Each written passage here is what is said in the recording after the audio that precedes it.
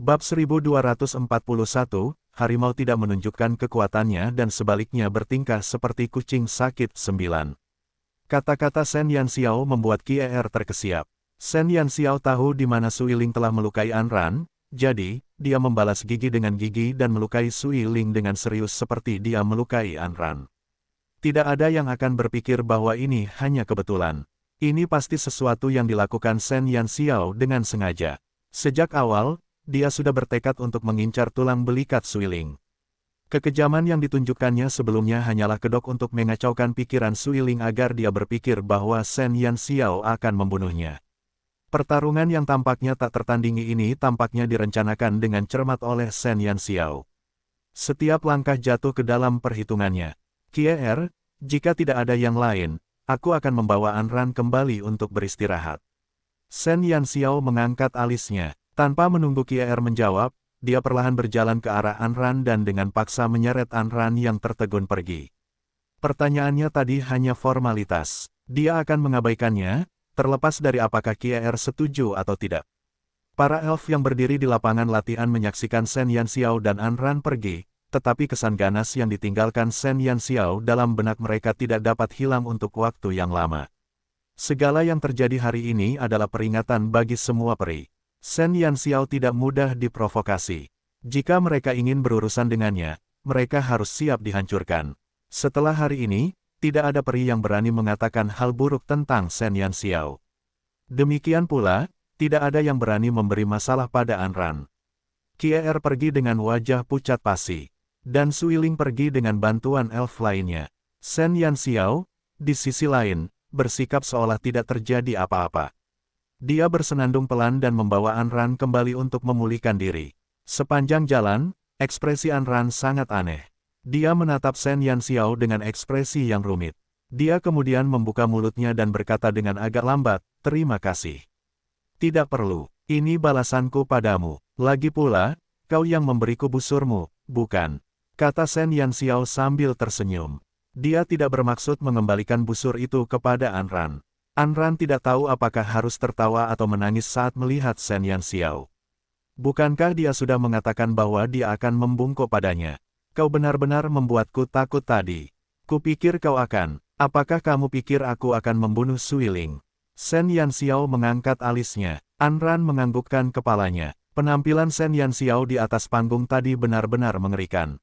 Niat membunuhnya yang kuat hampir mencekik. Shen Yanxiao terkekeh dan berkata, "Membunuh elf di kamp pelatihan tingkat lanjut. Aku tidak sebodoh itu, tetapi jika Sui Ling masih mengganggu kita setelah ini, aku tidak keberatan membunuhnya setelah masa pelatihan berakhir." Tangannya sudah ternoda oleh banyak darah manusia, dan dia tidak keberatan menambahkan sedikit darah peri. An Ran menatap Shen Yanxiao dengan heran. Ia merasa sulit untuk percaya bahwa kata-kata ini keluar dari mulut peri muda seperti itu. Para elf mungkin menjadi lebih buruk, tetapi membunuh jenis mereka sendiri adalah hal yang langka. Shen Yanxiao menyadari bahwa kata-katanya mungkin agak terlalu berdarah untuk An Ran yang berpikiran sederhana. Dia tersenyum dan mengganti topik pembicaraan. "Aku hanya menggodamu. Jangan menganggapnya serius. Kamu bahkan belum pulih dari luka-lukamu, tetapi kamu sudah berlarian kemana-mana. Cepatlah kembali dan berbaringlah untukku." An Ran mengangguk perlahan dan tidak mengatakan apapun lagi. Namun, Shen Yanxiao punya pikiran lain dalam hatinya.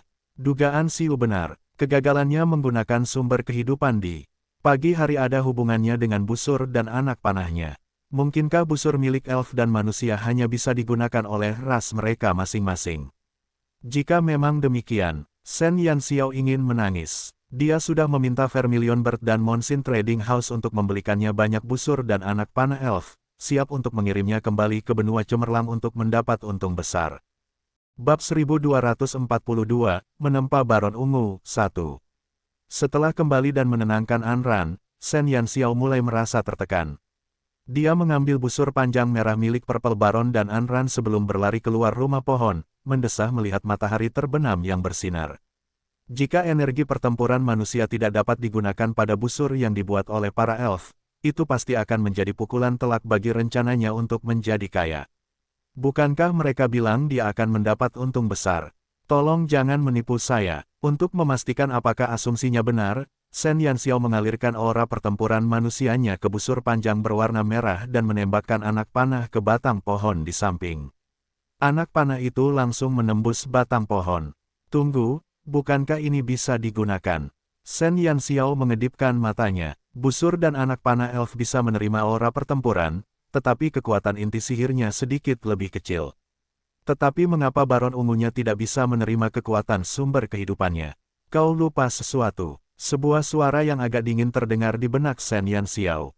Ada apa? Tanya Sen Yanxiao. Baron Ungu memiliki inti kristal yang tertanam di dalamnya, dan inti kristal itu berasal dari iblis.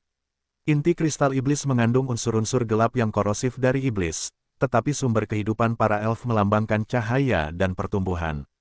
Oleh karena itu, alasan mengapa Baron Ungu tidak dapat menerima sumber kehidupanmu adalah karena unsur-unsur gelap dalam inti kristal dan sumber kehidupan telah bertabrakan dan saling meniadakan kekuatan masing-masing.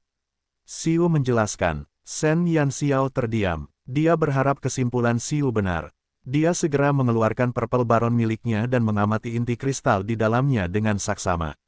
Setiap inti kristal ditutupi dengan beberapa pola kecil. Jika seseorang tidak memperhatikan dengan saksama, mereka tidak akan terlihat.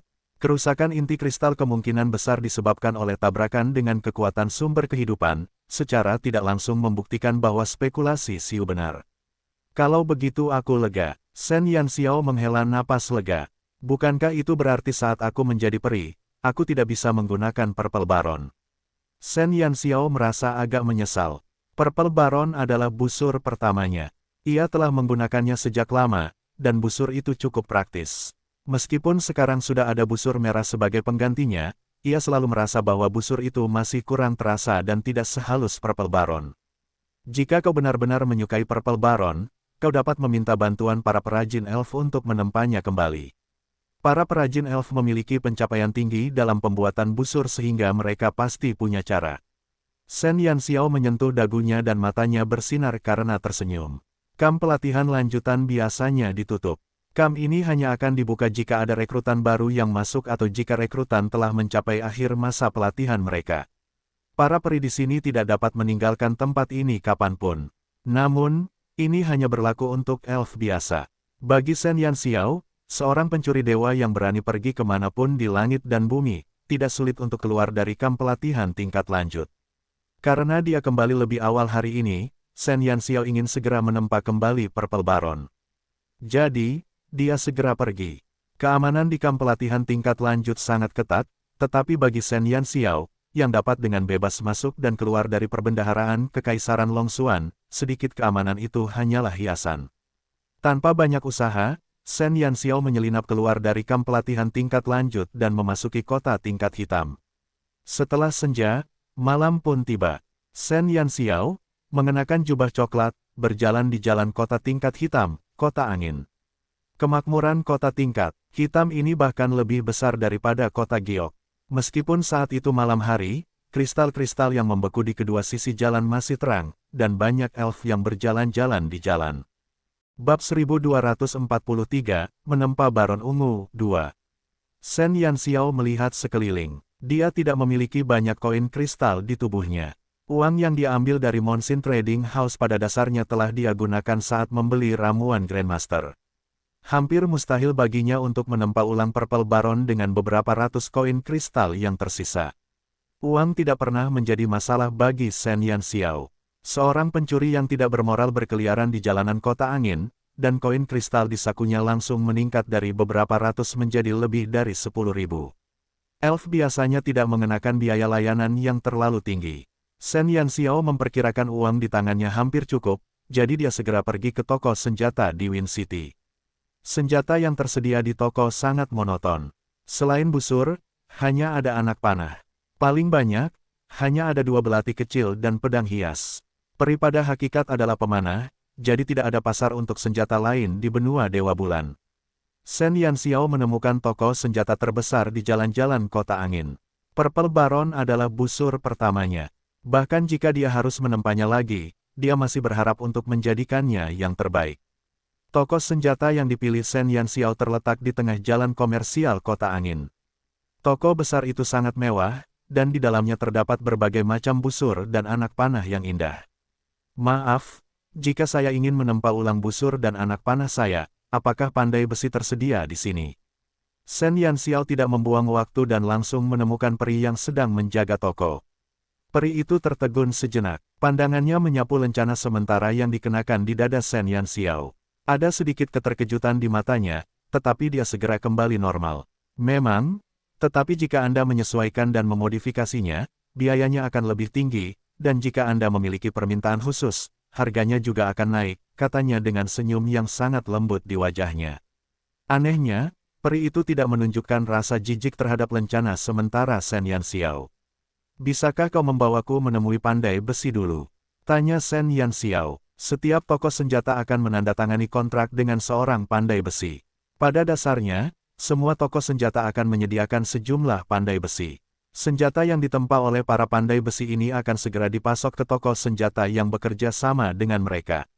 Toko senjata juga akan bertanggung jawab atas semua pengeluaran mereka dan bagian dari komisi pandai besi setelah senjata terjual.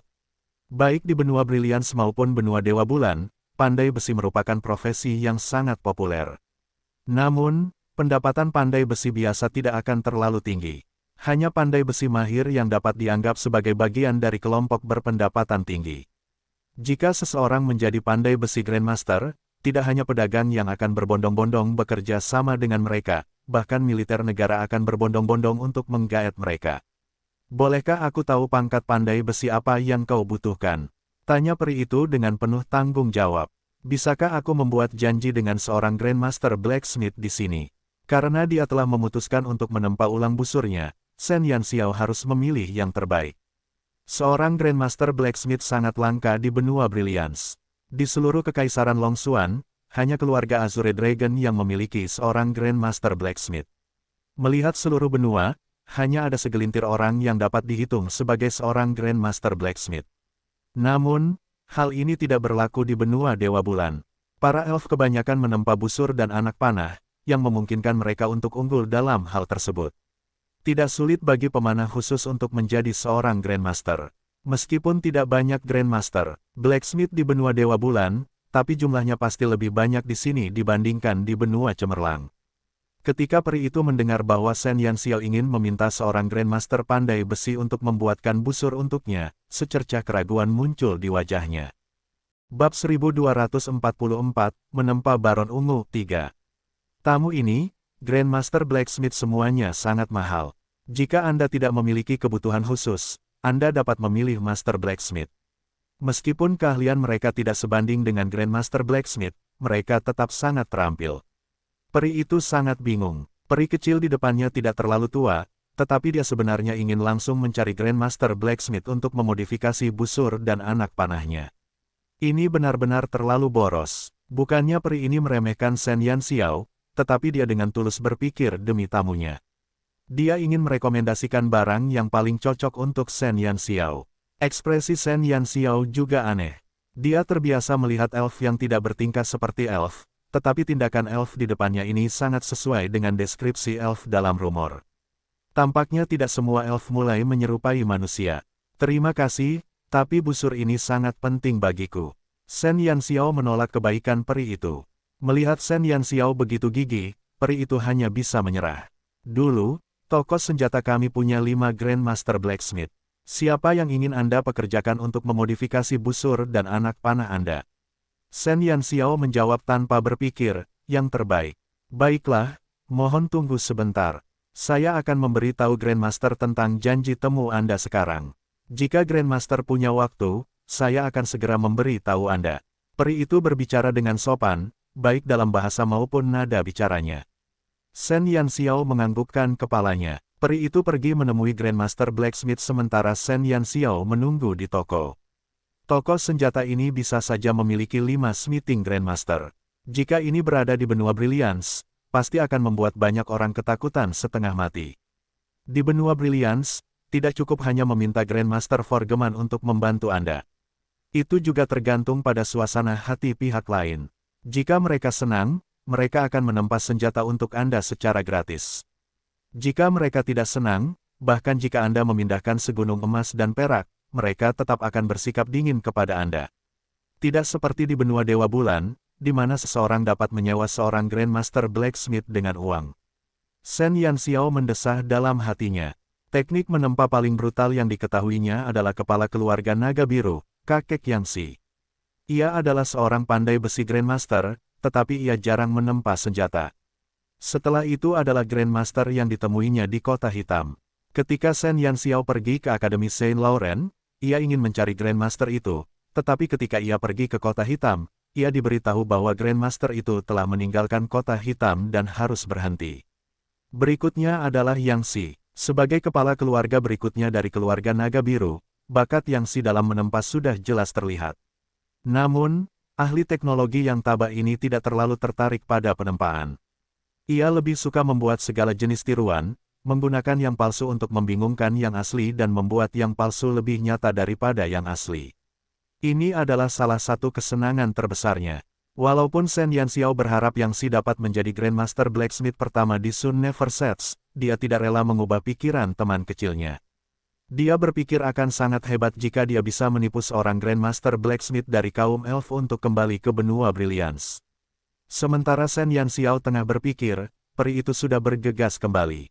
Grandmaster Lanxi berkata bahwa dia ingin melihat busurmu terlebih dahulu sebelum memutuskan apakah akan membantumu atau tidak.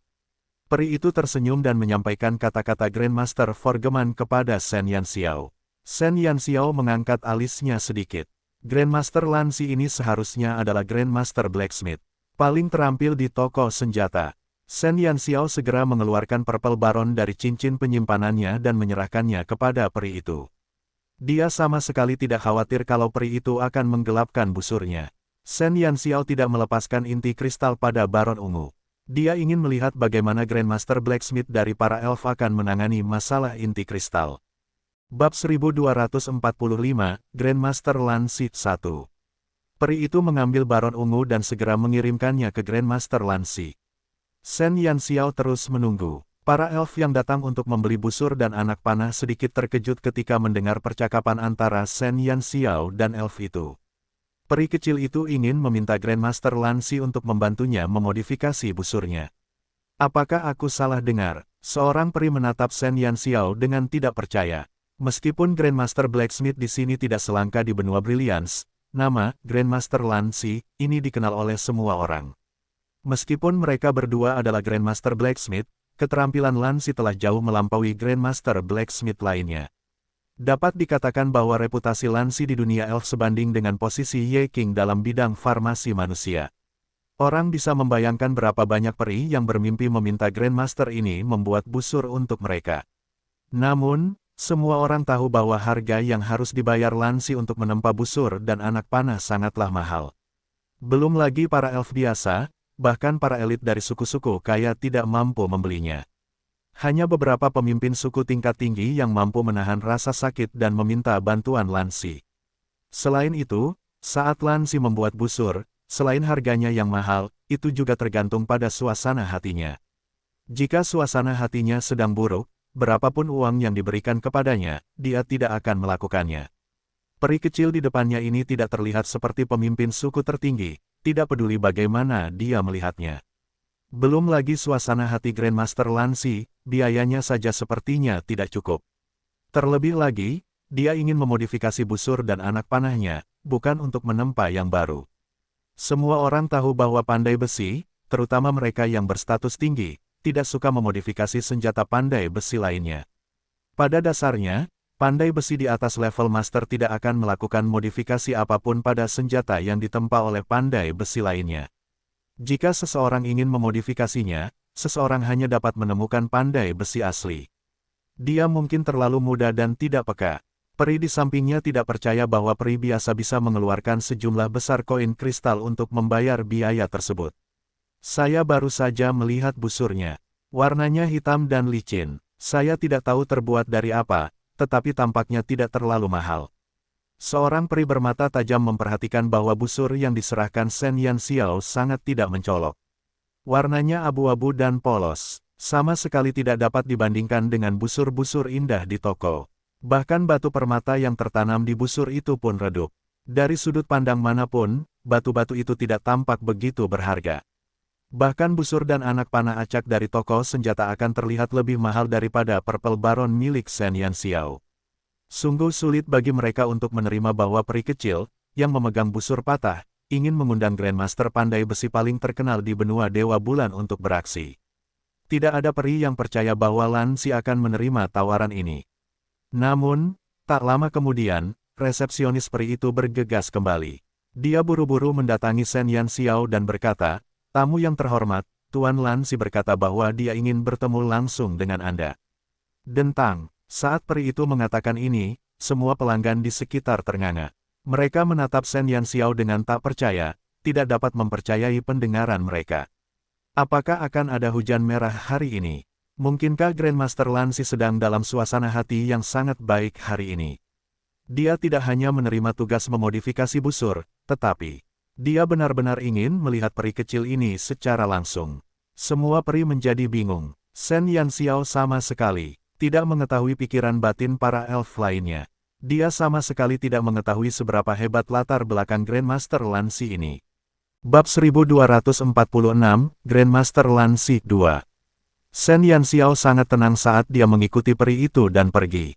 Dia hanya berpikir apakah Grandmaster Lan Xi dapat menempa kembali Purple Baron miliknya.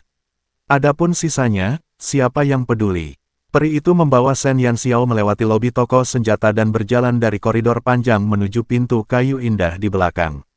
Sesampainya di depan pintu, peri itu mengetuk pintu pelan-pelan dan berkata, "Grandmaster Lan Xi, tamu sudah datang." Sebuah suara yang sangat lembut tiba-tiba datang dari ruangan itu. "Silakan masuk." Kemudian, pintu perlahan terbuka.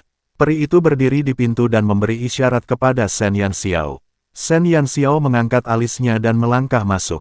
Setelah masuk, dia mendapati bahwa pintu kayu itu tidak terbuka dari dalam, tetapi bekerja sendiri. Di dalam ruangan, berbagai jenis kayu diletakkan dengan hati-hati di atas meja yang menempel di dinding. Berbagai jenis busur dan anak panah tergantung di dinding. Dibandingkan dengan busur di ruangan ini, busur yang dipajang di toko senjata tadi kualitasnya di bawah standar. "Busur ini milikmu." Tepat saat Shen Yanxiao sedang mengamati busur di dalam ruangan, sebuah suara bertanya tiba-tiba terdengar. Shen Yanxiao berbalik dan menatap pembicara. Itu adalah peri yang sangat cantik. Dia memiliki rambut perak panjang yang menjuntai di bahunya, dan fitur wajahnya yang indah tanpa celah. Fitur wajahnya yang tanpa celah mengaburkan perbedaan jenis kelamin yang terbentuk sebelumnya, dan mata zamrudnya tersenyum saat dia menatapnya. Ini adalah peri tercantik yang pernah dilihat Shen Yanxiao, tetapi saat pandangan Shen Yanxiao tertuju pada kursi roda di bawah peri itu, dia menampakkan sedikit ekspresi terkejut. Peri cantik itu tengah duduk di kursi roda kayu bagaikan boneka, dengan selimut tipis menutupi kakinya. "Apakah Anda Grandmaster Lan Xi?" Shen Yanxiao terkejut dengan kecantikan Lan Xi. Jika Xiu memiliki wajah tercantik yang pernah dilihat Shen Yanxiao, maka Lan Xi adalah peri tercantik yang pernah dilihatnya. Berbeda dengan sikap dingin Xiu, kecantikan Lan Xi dapat membuat orang dengan mudah mengabaikan jenis kelaminnya. Mungkin karena peri itu secara alami ramping sehingga menambah kecantikan netral pada tubuh Lan Xi. Jika Xiu adalah matahari yang cemerlang, maka Lan Xi adalah bulan yang lembut di langit tengah malam. Ya, Lan Xi menatap Shen Yanxiao sambil tersenyum. Senyumnya memiliki kedekatan dengan angin musim semi. "Kau pemilik busur ini, kan?"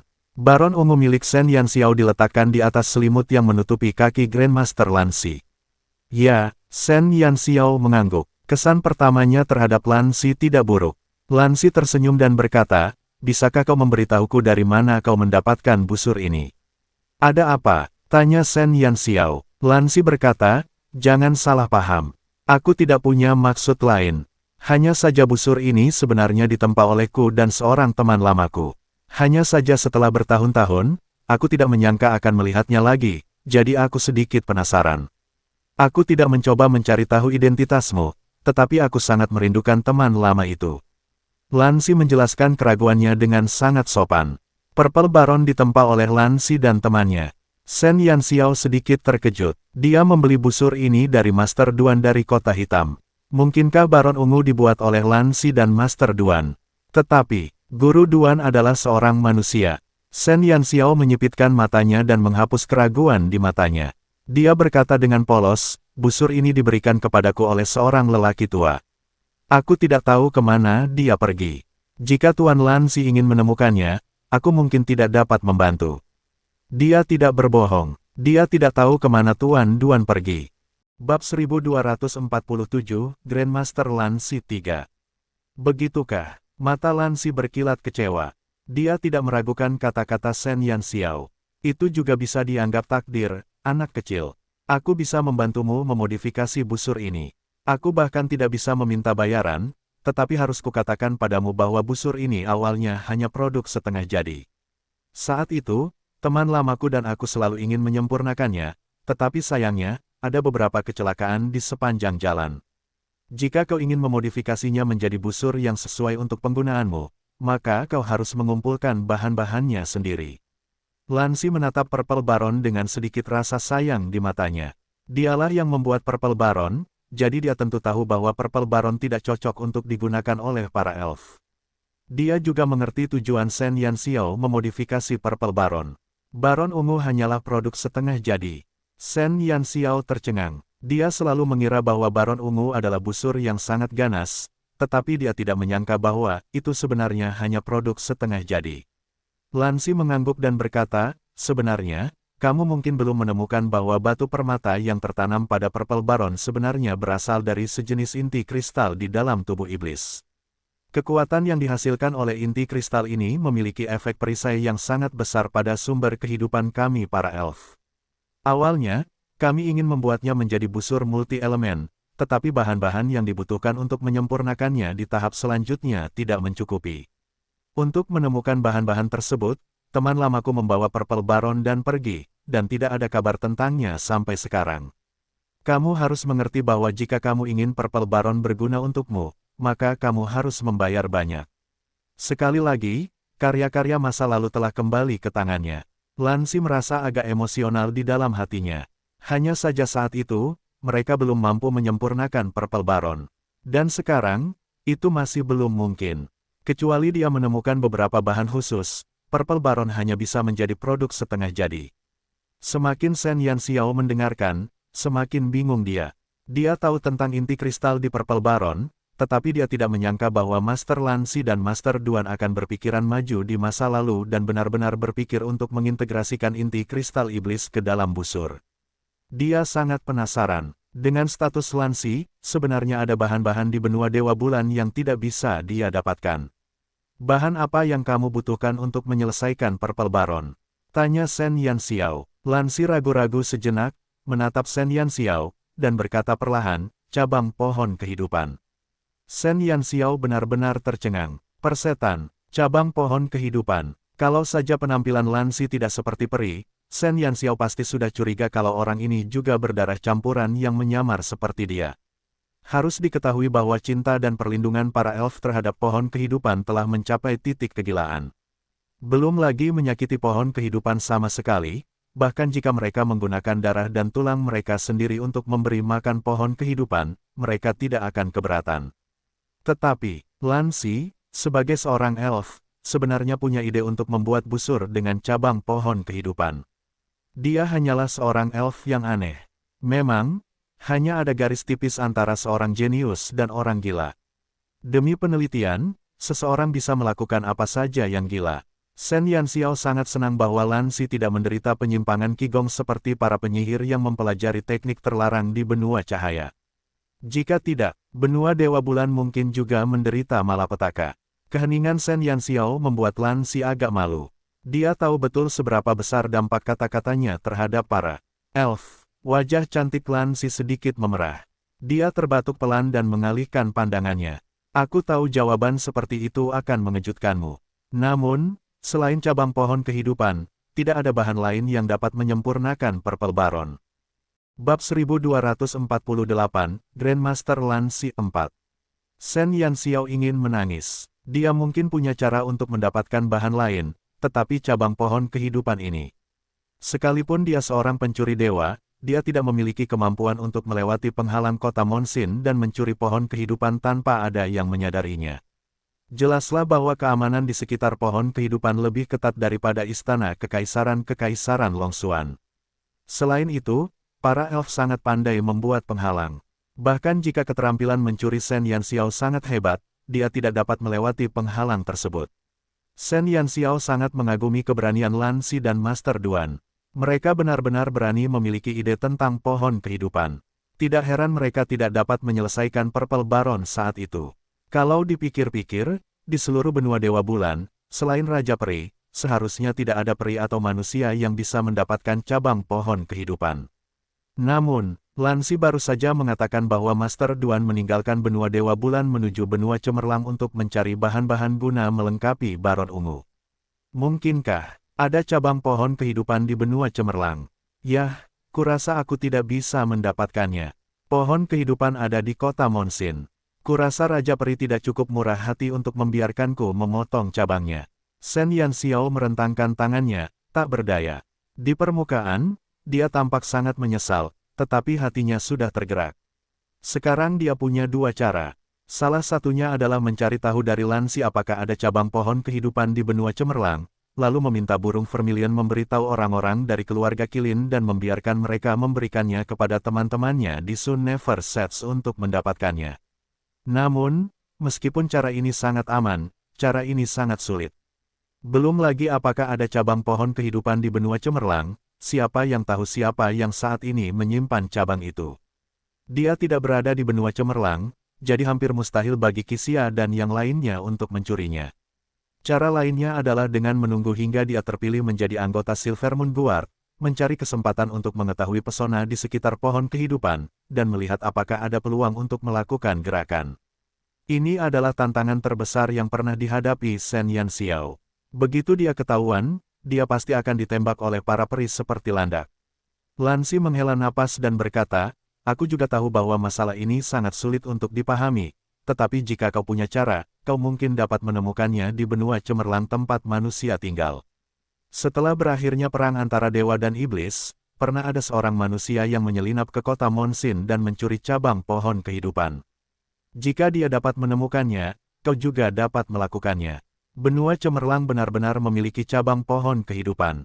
Shen Yanxiao memuji kecerdasannya sendiri. Namun, manusia itu sungguh gagah berani. Ia berani mencuri cabang pohon kehidupan. Benua Cemerlang, Grandmaster Lan Si, tahukah Anda siapa orang itu? Shen Yanxiao mulai berpikir untuk melaksanakan rencana pertamanya. Bagaimanapun, itu adalah rencana teraman yang dimilikinya. Tentu saja, dia tidak bermaksud untuk melepaskan metode kedua juga. Lan Si mengerutkan kening dan berpikir sejenak sebelum berkata, itu sudah lama sekali. Aku hanya mendengar dari orang tuaku bahwa itu adalah seorang manusia tua dan dia tampaknya seorang penyihir. Petunjuk yang diberikan oleh Lan Si terlalu sedikit.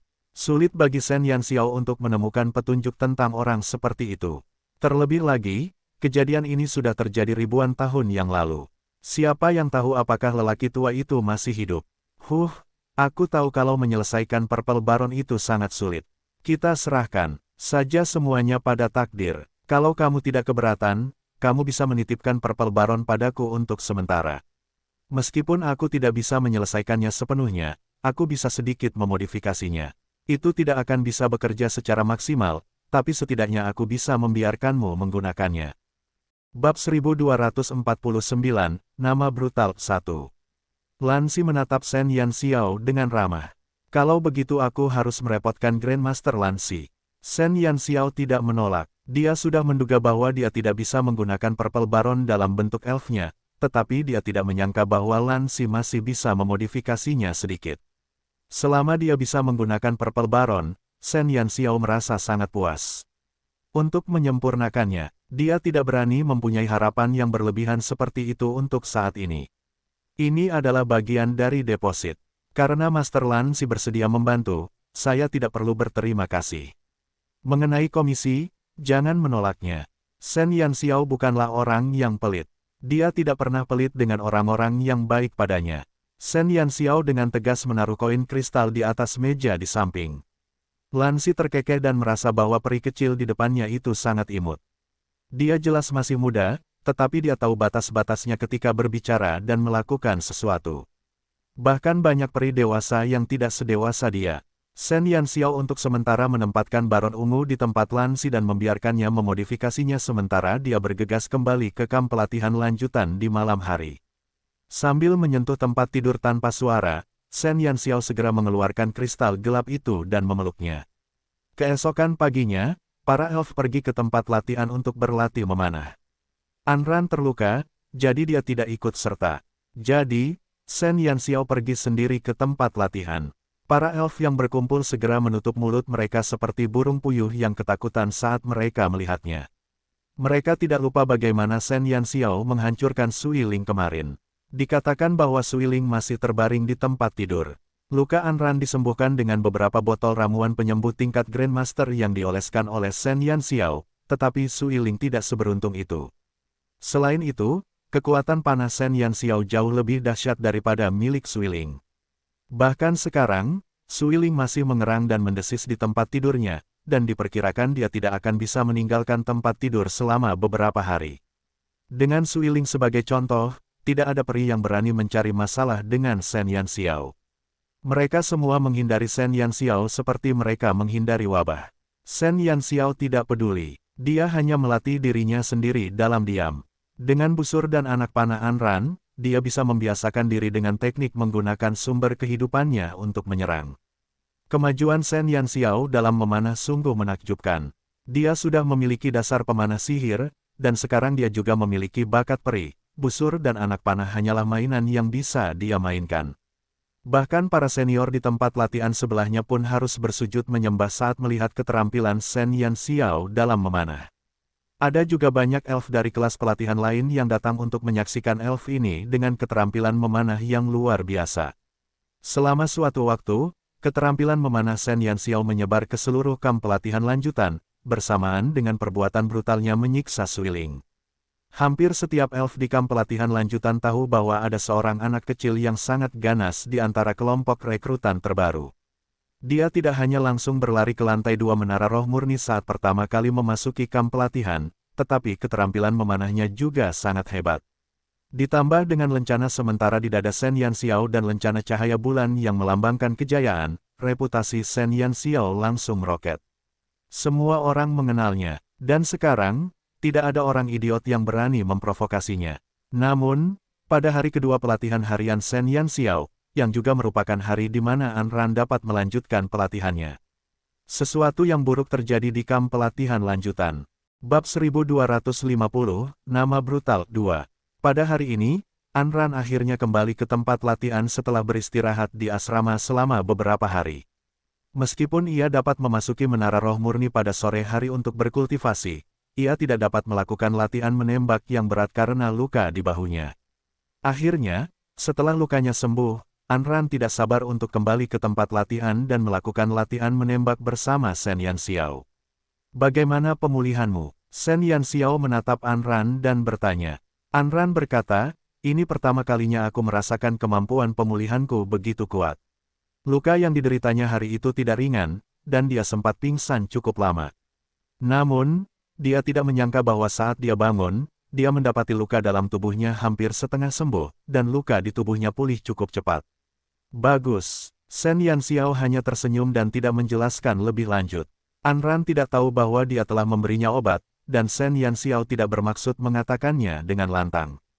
Tepat saat Shen Yanxiao dan Anran mengakhiri percakapan mereka dan hendak memulai pelatihan, sekelompok penjaga elf yang mengenakan baju besi ringan datang dari luar tempat pelatihan. Para penjaga elf ini bertanggung jawab atas keamanan harian kamp pelatihan lanjutan, dan mereka jarang muncul di tempat pelatihan. Namun, kali ini, tim seperti itu tiba-tiba datang dengan ekspresi dingin. Tiba-tiba semua elf menghentikan latihan mereka dan menatap para penjaga yang datang dengan ekspresi bingung. Shen Yanxiao dan Anran berdiri di samping, tetapi sekelompok penjaga berjalan lurus ke arah mereka. Kamu Yanxiao. Penjaga peri terkemuka memandang Shen Yanxiao yang mungil dan bertanya. Ya, Shen Yanxiao menjawab dan merasa ada sesuatu yang salah. Kamu, ikut dengan kami. Penjaga peri itu tidak menjelaskan banyak hal dan langsung membiarkan kedua penjaga itu berdiri di kedua sisi Shen Yanxiao. Shen Yanxiao sedikit mengernyit dan bertanya, ada apa? Apakah kamu baru saja berkonflik dengan Sui Ling? Tanya penjaga peri itu. Kupikir itu yang disebut pertarungan. Shen Yanxiao mengangkat alisnya. Mungkinkah dia telah memukuli Sui Ling dengan kejam dan orang itu pergi untuk mengeluh? Suiling telah memulihkan diri selama beberapa hari terakhir dan tidak pernah menampakkan wajahnya. Namun hari ini, dia muncul dari mulut para penjaga ini. Suiling sudah mati, kata penjaga peri itu tanpa ekspresi. Mati, Shen Yanxiao sedikit terkejut. Sebuah firasat buruk muncul di hatinya. Dia memang memberi pelajaran pada Suiling hari itu, tetapi dia tahu apa yang dia lakukan. Anak panah yang mengenai Suiling tidak mengenai semua organ dalamnya. Tapi bagaimana dia meninggal? Ketika berita kematian Suiling tersebar, bukan hanya Shen Yanxiao yang tertegun sejenak, tetapi para elf di sekitarnya juga sangat terkejut. Jenderal ingin bertemu denganmu. Ikuti saja aku, kata penjaga peri itu dengan wajah tegang. Tunggu, masalah ini tidak ada hubungannya dengan Yanxiao. Dia tidak melakukan apapun pada Suiling. Melihat situasinya tidak benar, Anran segera melangkah maju untuk menghalangi Shen Yanxiao. Ini tidak ada hubungannya denganmu. Minggirlah. Penjaga peri itu mengerutkan kening. Anran masih ingin mengatakan sesuatu, tetapi Shen Yanxiao menghentikannya. Kamu berlatih dengan baik. Aku akan segera kembali bersama mereka. Lagi pula, aku tidak melakukannya. Apa yang kutakutkan? Kamu tidak perlu khawatir. Wajah Shen Yanxiao tersenyum malas, tanpa sedikit pun rasa gugup. Kalau begitu, berhati-hatilah. Anran menggertakkan giginya. Jangan khawatir, mereka hanya akan menanyaiku. Shen Yanxiao tersenyum. Setelah berkata demikian, Shen Yanxiao dengan sadar mengikuti kedua pengawal itu dan pergi. Baru setelah dia meninggalkan garis pandang Anran, senyum di wajahnya memudar. Segalanya jelas tidak sesederhana yang terlihat. Bab 1251, Kematian Suiling 1. Shen Yanxiao dibawa ke ruang pertemuan kamp pelatihan lanjutan. Dia memasuki pintu dan melihat sederet elf duduk di depannya. Selain tetua Yue, Mo Yu, Mo Feng, dan 5 kapten pengawal bulan perak lainnya secara mengejutkan hadir. Selain ke-6 kenalan lama ini, ada juga 3 elf bertampang serius dengan baju besi ringan yang duduk di satu sisi. Yanxiao telah dibawa ke sini. Penjaga peri membawa Shen Yanxiao ke ruang pertemuan, lalu berdiri di pintu masuk dan menjaganya. Shen Yanxiao melihat sekeliling. Penatua Yue masih memiliki senyum lembut di wajahnya, tetapi kelima elf Mo Yu sedikit gugup. Di sisi lain, 3 elf yang belum pernah melihat Shen Yanxiao menatapnya dengan mata yang sangat tajam, seolah-olah mereka mencoba untuk melihat melalui dirinya. Kamu Yanxiao? Peri yang duduk di samping Penatua Yue bertanya. Ya, Shen Yanxiao mengangguk. Saya Jenderal Hesu dari kamp pelatihan lanjutan. Beberapa hari yang lalu, apakah Anda baru-baru ini terlibat konflik dengan Suiling dan melukainya?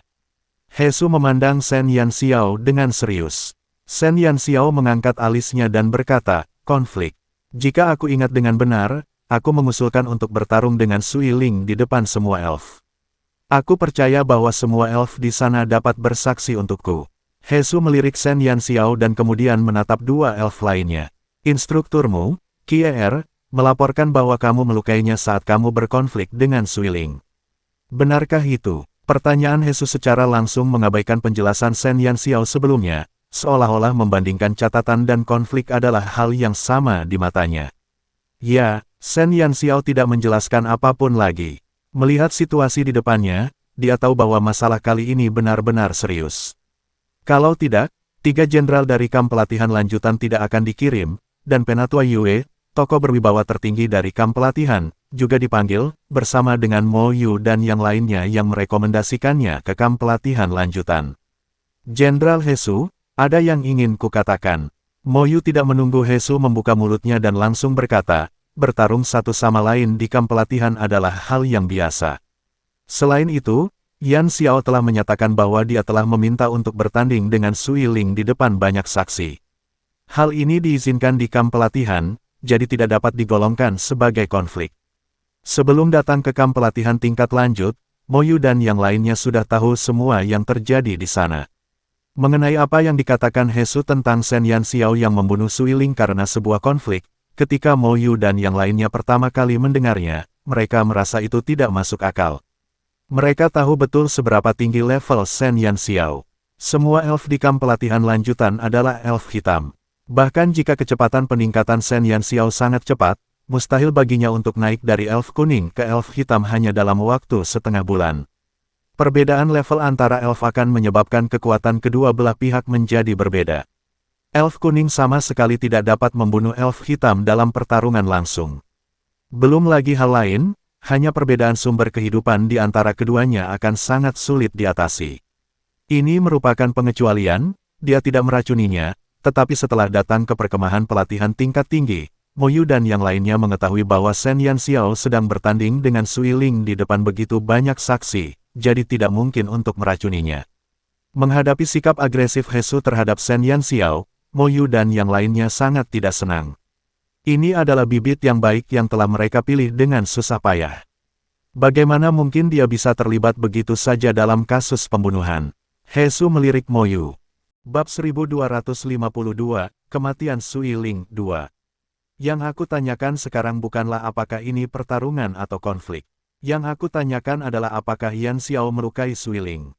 Yan Xiao sudah mengakuinya, kata Hesu.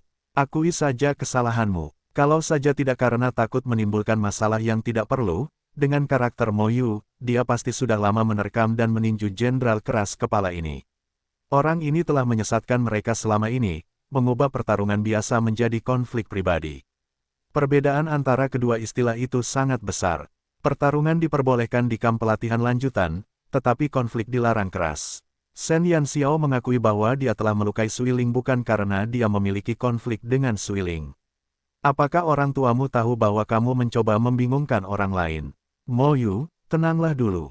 Mo Feng yang tenang menekan Mo Yu, tetapi tidak sulit untuk melihat dari ekspresinya bahwa dia merasa sangat aneh bahwa Shen Yanxiao dapat melukai Sui Ling.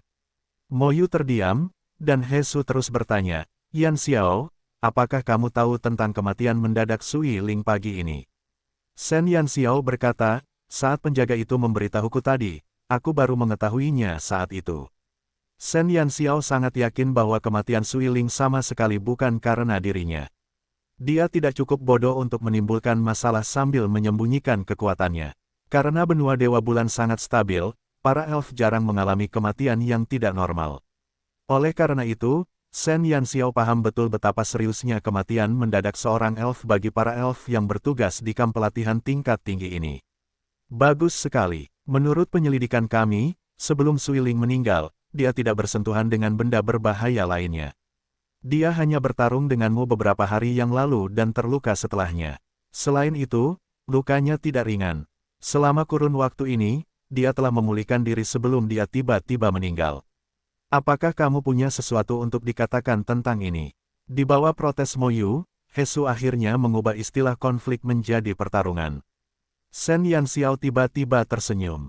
Yang terhormat Jenderal Hesu, apakah Anda mencoba mengatakan bahwa saya membunuh Sui Ling? Reaksi Shen Yanxiao membuat ketiga jenderal yang hadir mengerutkan kening. Dalam situasi yang begitu serius, Shen Yanxiao, sebagai tersangka, masih bisa tersenyum. Setidaknya untuk saat ini, itulah satu-satunya alasan Sui Ling bisa mati, kata Hesu. Shen Yanxiao mengangkat bahu dan duduk santai di kursi di sampingnya. Dia tersenyum dan berkata, karena Jenderal Hesu telah menyelidiki aku dan Sui Ling, maka kamu harus tahu bahwa aku hanyalah peri yang sementara dimasukkan ke dalam kamp pelatihan lanjutan. Aku bukan peri hitam, kata Shen Yanxiao sambil menunjuk lencana sementara di dadanya. Hesu mengerutkan kening dan berkata, tetapi menurut Kier, pada hari pertama setelah memasuki kamp pelatihan lanjutan, kamu telah berkultivasi di lantai pertama Menara Roh Murni selama 10 hari. Kamu mungkin bukan peri hitam sebelumnya, tetapi tidak ada yang bisa menjamin bahwa kamu tidak meningkatkan peringkatmu setelah meninggalkan Menara Roh Murni. Si kecil ini telah berkultivasi di Menara Roh Murni selama 10 hari. Kata-kata Hesu membuat Mo Yu dan yang lainnya di samping ternganga kaget. Mereka berlima bisa dikatakan sebagai yang terbaik di kamp pelatihan tingkat lanjut, tetapi ketika mereka pertama kali memasuki Menara Roh Murni, waktu yang mereka habiskan untuk berkultivasi di Menara Roh Murni hanya 1/10 dari waktu yang dihabiskan Shen Yanxiao. Mereka tidak dapat membayangkan bagaimana makhluk kecil dengan potensi tak terbatas ini dapat mencapai hal ini. Berita mengejutkan ini membuat orang-orang yang merekomendasikan Shen Yanxiao untuk memasuki kamp pelatihan lanjutan merasa sangat terkejut.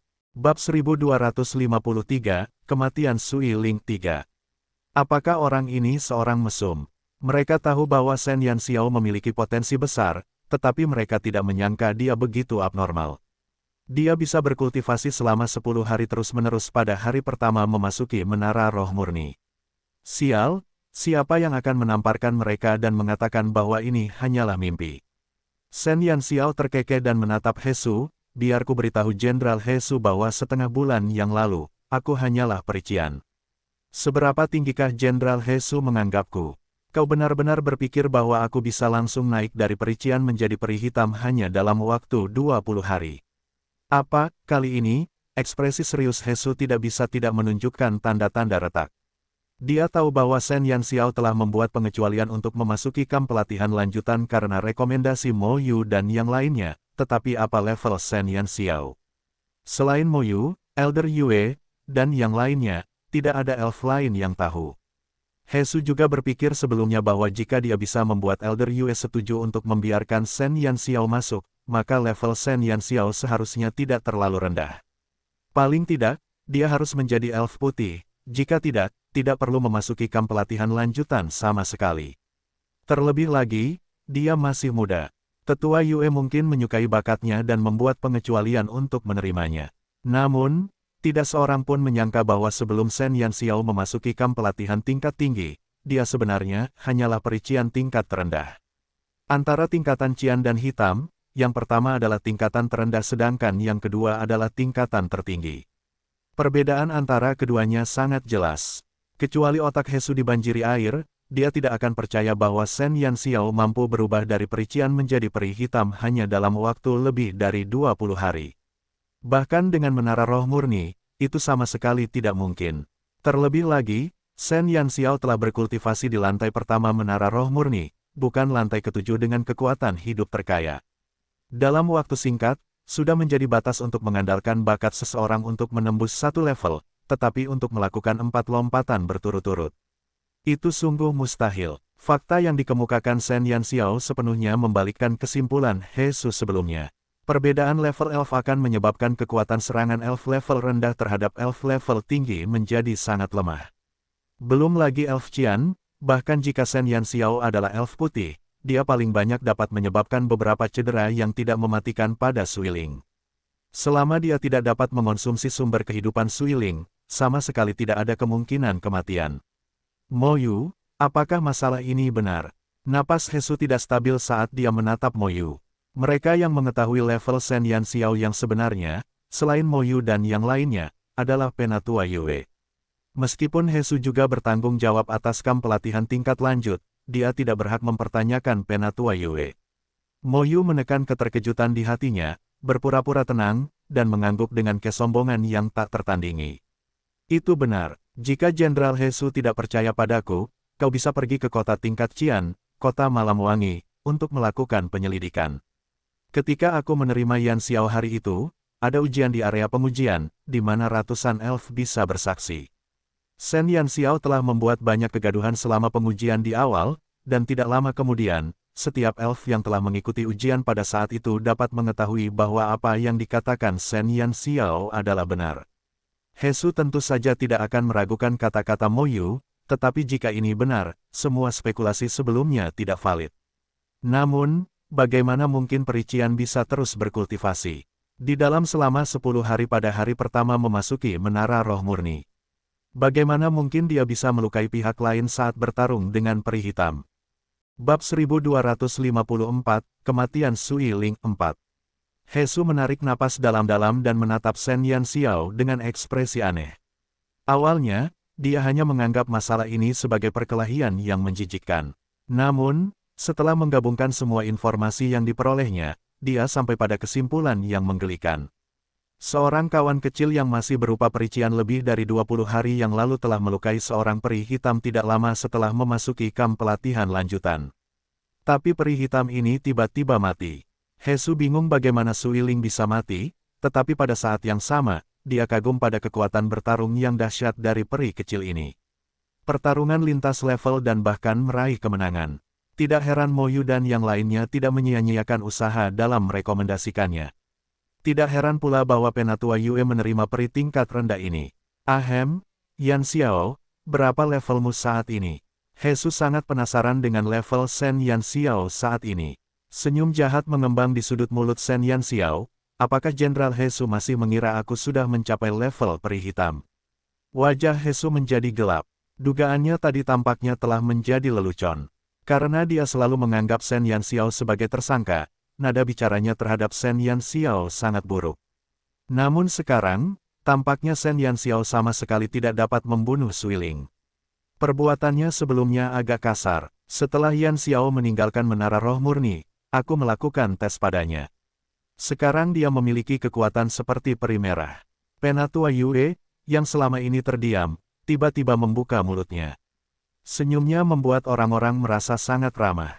Level merah. Hesu tercengang. Dalam waktu kurang dari sebulan, ia naik dari level Qian ke level merah dan naik 2 level berturut-turut. Kecepatan ini benar-benar menakutkan. Bagus, gadis ini hebat. Mo Yu dan yang lainnya hanya ingin bersorak. Bahkan belum sebulan, tetapi gadis kecil ini benar-benar telah maju 1 tingkat. Menurut kecepatan gila ini, setelah setengah tahun, lulus seleksi pengawal bulan perak pada dasarnya dapat dikatakan sebagai hal yang pasti. Oh, mereka terlalu pintar. Mata yang jeli dapat melihat menembus mutiara. Penatua Yue tersenyum dan berkata, penyebab kematian Suiling masih perlu diselidiki. Saya tidak pernah berpikir bahwa masalah ini ada hubungannya dengan Yanxiao. Namun, karena Hesu dan kalian semua memiliki keraguan di hati, saya akan memberitahu kalian hari ini. Apakah kalian masih berpikir bahwa kematian Suiling ada hubungannya dengan Yanxiao? Ketiga jenderal di ruang rapat itu saling berpandangan dengan getir. Sejak awal, Tetua Yue tidak pernah menganggap Shen Yanxiao sebagai tersangka. Ia hanya bertindak seperti itu untuk membersihkan Shen Yanxiao dari kecurigaan. Jika ia tidak melakukannya, ia khawatir bahwa terlepas dari apakah Shen Yanxiao adalah pembunuhnya atau bukan, di kamp pelatihan tingkat lanjut, ia akan dibebani dengan belenggu sebagai tersangka. Ketiga jenderal elf itu bukan orang bodoh. Kecepatan peningkatan Shen Yanxiao cepat, tetapi sebelum mencapai level peri putih, dia tidak memiliki kekuatan untuk membunuh Suiling. Penatua Yue bijaksana dan berpandangan jauh ke depan. Masalah ini adalah kesalahan kami. Yanxiao tidak memiliki kekuatan untuk membunuh Suiling. Pembunuhnya tentu saja bukan dia. Di masa mendatang, kami akan terus menyelidiki dan berusaha menemukan pembunuh yang sebenarnya sesegera mungkin. Hesu mengakui kesalahannya tanpa ragu-ragu. Kemudian dia berdiri dan menatap Shen Yanxiao, dengan tulus berkata, saya minta maaf karena Anda telah menerima perlakuan tidak adil hari ini. Itu juga karena informasi kami tidak cukup lengkap. Shen Yanxiao mengangkat alisnya sedikit, dia tidak menyangka Hesu akan meminta maaf padanya. Lupakan saja, kamu bisa terus menyelidiki masalah ini. Yanxiao, ikut aku ke kantorku nanti, kata Penatua Yue sambil tersenyum. Bab 1255, Bahaya Tersembunyi Para Peri, 1. Penatua Yue pergi lebih dulu, dan ketiga jenderal elf membawa semua pengawal pergi. Hanya Shen Yanxiao, Mo Yu, dan yang lainnya yang tersisa di ruang pertemuan. Mo Yu hampir tidak sabar untuk berlari di depan Shen Yanxiao. Dia tersenyum seperti bunga saat menatap Shen Yanxiao dan berkata, Yanxiao, kamu benar-benar tak terkalahkan. 10 hari, bagaimana kamu melakukannya? Oh, kamu benar-benar telah maju ke peri merah. Aku sangat bangga padamu. Kalau saja tidak karena takut dituduh menganiaya loli kecil, Mo Yu sungguh ingin memeluk Shen Yanxiao dan menggigitnya. Gadis kecil ini benar-benar membuatnya terpukau. Shen Yanxiao menyentuh hidungnya dan menatap kelima elf yang matanya berbinar-binar. Saya juga harus berterima kasih karena telah memberi saya kesempatan untuk memasuki kamp pelatihan lanjutan. Jika bukan karena bantuan Mo Yu dan yang lainnya, Shen Yanxiao tidak akan bisa mendapatkan sumber daya yang begitu bagus. Dengan kekuatannya sendiri, dia hanya bisa mulai bekerja keras di kamp pelatihan primer. Meskipun hasilnya akan sama, kecepatannya untuk mencapainya akan berbeda. Tidak perlu. Kau hanya perlu bisa masuk ke dalam Silver Moon Guard di masa depan dan menjaga pohon kehidupan bersama kami. Tujuan awal kami adalah pergi ke berbagai kota untuk menemukan elf yang berpotensi. Tapi kau tetap yang paling kuat. Elf yang ditemukan Mo Feng dan yang lainnya sama sekali tidak sebanding denganmu. Mo Yu tertawa terbahak-bahak hingga ia tidak bisa lebih puas lagi. Dulu, Mo Feng dan yang lainnya sangat terkejut dengan rekomendasinya terhadap Shen Yanxiao. Sekarang setelah hasilnya keluar, Mo Yu merasa bahwa pandangannya ke depan sungguh menakjubkan. Mo Feng terbatuk pelan, dan wajah Mo Lei dan yang lainnya agak canggung. Mereka telah memilih para elf dari sejumlah besar elf hitam, dan masing-masing dari mereka telah memilih seorang elf untuk memasuki kamp pelatihan lanjutan. Para elf ini berada di periode yang sama dengan Shen Yanxiao, dan potensi mereka juga bagus. Namun, dibandingkan dengan Shen Yanxiao, si cabul kecil ini, orang-orang itu benar-benar lemah. Saya baru saja masuk, tidak yakin apakah saya bisa masuk atau tidak. Shen Yanxiao tersenyum. Mungkin karena temperamen Mo Yu dan Tang Nazi agak mirip, dia tidak begitu pendiam. Bagaimana mungkin belum bisa dipastikan.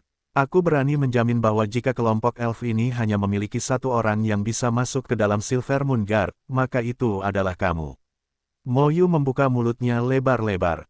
Dia baru mengenal Shen Yanxiao kurang dari sebulan, namun dia hanya bisa menyaksikan dengan tak berdaya saat elf Qian naik ke level elf merah. Kecepatan ini benar-benar belum pernah terjadi sebelumnya. 5 bulan kemudian, jika Shen Yanxiao tidak bisa memasuki pengawal bulan perak, Mo Yu pasti bisa melihat kepalanya. Shen Yanxiao tertawa kecil dan tidak mengatakan apapun.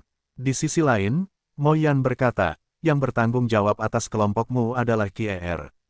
Apakah dia tidak menyukaimu? Dia menyadari bahwa banyak informasi yang diterima Jesus sebelumnya berasal dari Kier. Informasi itu jelas bias. Shen Yanxiao mengerutkan bibirnya dan berkata, itu dia, tapi dia tidak enak dipandang, meskipun itu tidak berpengaruh padaku. Sebaiknya kau lebih memperhatikan, kau masih harus tinggal di kamp pelatihan lanjutan selama 5 bulan. Jika Kier benar-benar mempermasalahkanmu, aku khawatir kau tidak akan bersenang-senang di masa depan. Dan dalam seleksi akhir pengawal bulan perak, evaluasi instrukturmu juga sangat penting. Kata Mo Yan. Shen Yanxiao menganggukkan kepalanya. Dia tidak tertarik bermain-main dengan pria seperti Kier, tetapi karena seleksi akhir membutuhkan evaluasi Kier, maka dia harus mencari waktu untuk mengobrol dengannya. Bab 1256, Bahaya Tersembunyi Para Peri 2. Baiklah, jangan bicara lagi. Tetua Yue pasti punya sesuatu untuk dikatakan kepadamu. Hehe, tidak salah jika gadis kecil itu memiliki hubungan yang baik dengan Tetua Yue. Mo Yu mengedipkan mata penuh arti pada Shen Yanxiao. Shen Yanxiao terdiam. Setelah mengucapkan selamat tinggal kepada Mo Yu dan yang lainnya, dia bergegas menuju Penatua Yue. Ketika dia memasuki ruangan, Penatua Yue sedang berada di depan rak buku, memegang buku yang baru saja dibukanya. Yanxiao, apa pendapatmu tentang peri? Penatua Yue melihat Shen Yanxiao dan bertanya sambil tersenyum. Mengapa Penatua Yue menanyakan pertanyaan yang begitu mendalam begitu dia tiba? Jika dia tidak yakin bahwa Penatua Yue tidak mengetahui identitasnya, Shen Yanxiao akan benar-benar berpikir bahwa Penatua Yue sedang mengujinya. Para elf adalah salah satu dari 8 ras utama di dunia. Baik hati, dingin, sombong, dan keras kepala. Shen Yanxiao meniru kesan yang dimiliki kebanyakan manusia tentang para elf dalam benaknya. Baik, Penatua Yue menunjukkan senyum masam di wajahnya. Dia mengundang Shen Yanxiao untuk duduk di kursi di ruangan itu dan secara pribadi menyeduh sepoci teh. Mungkin dulu mereka baik hati. Perkataan Tetua Yue membuat hati Shen Yanxiao sedikit tergerak. Sejak awal aku sudah tahu bahwa masalah Suiling tidak ada hubungannya denganmu. Hanya saja interogasi hari ini benar-benar diperlukan. Aku harap kamu bisa mengerti, jelas Penatua Yue. Saya mengerti, Shen Yanxiao bukan orang bodoh. Dia tahu bahwa interogasi terbuka seperti itu dapat membantunya membersihkan namanya, jadi Penatua Yue tetap diam dan tidak menghentikan interogasi. Lalu apakah kamu tahu bagaimana Suiling meninggal?